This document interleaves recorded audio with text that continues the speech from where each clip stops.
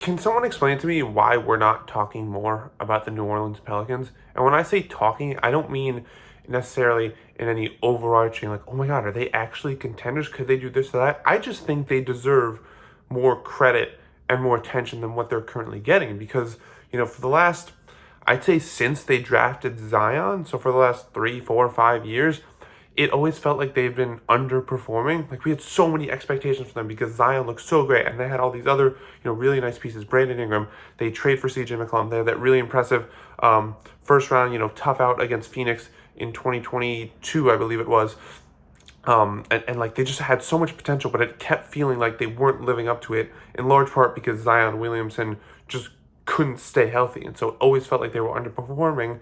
And now, we're in mid March and they're fourth in the Western Conference. They are top 10 in both offense and defense. Zion's only missed 11 games. He definitely hasn't looked as great as he was looked in the past. He's only averaging 22 a game, but like he's still insanely talented, and who knows what kind of levels he could go up. Herb Jones is playing at an all defensive level, and you still just have they just have so much raw talent. First of all, they're also a top shooting team. They're top 10 in 3-point percentage as well. They just have I don't know if their team fits roster wise so much because you have three ball dominant guys in CJ, Brandon Ingram, and Zion. Valanciunas, is he the center that they need in terms of floor spacing, and is he also a good enough rim protector? They definitely have some questions, but just from a raw talent perspective, they have so much. And the biggest question to them unlocking their potential, that being, hey, is their best guy healthy? It's being answered. Again, only 11 missed games so far this season.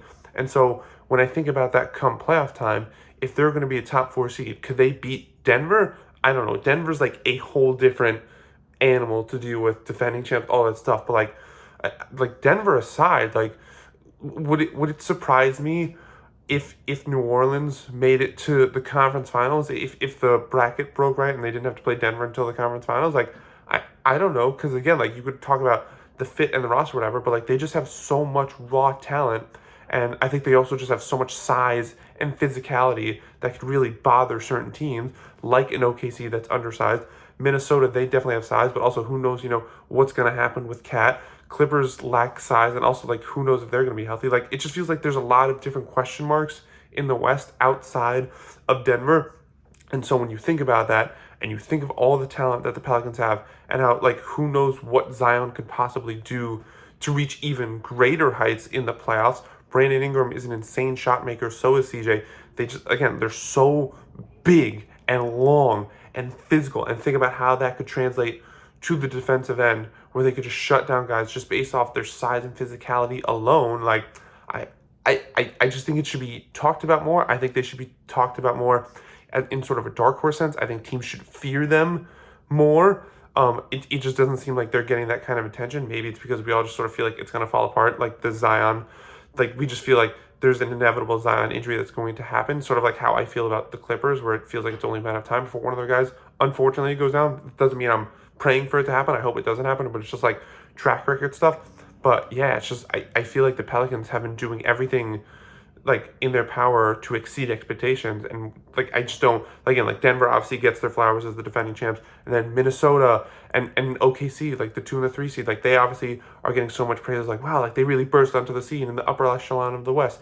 Clippers adding Harden, that's worked better than expected, but then the Pelicans are just sort of there, and I don't feel like they're talked about as much because they, it's sort of expected, but it's also still kind of unexpected because, we still haven't seen them do it yet. And so I'm very curious to see and excited to see, assuming they stay healthy, and that is kind of a big if, but assuming they stay healthy, what kind of noise they can make in the playoffs, because they really are a dangerous team. And it's been really awesome to see them, live up to that kind of potential throughout the season. And I hope it continues into the playoffs in some form or another.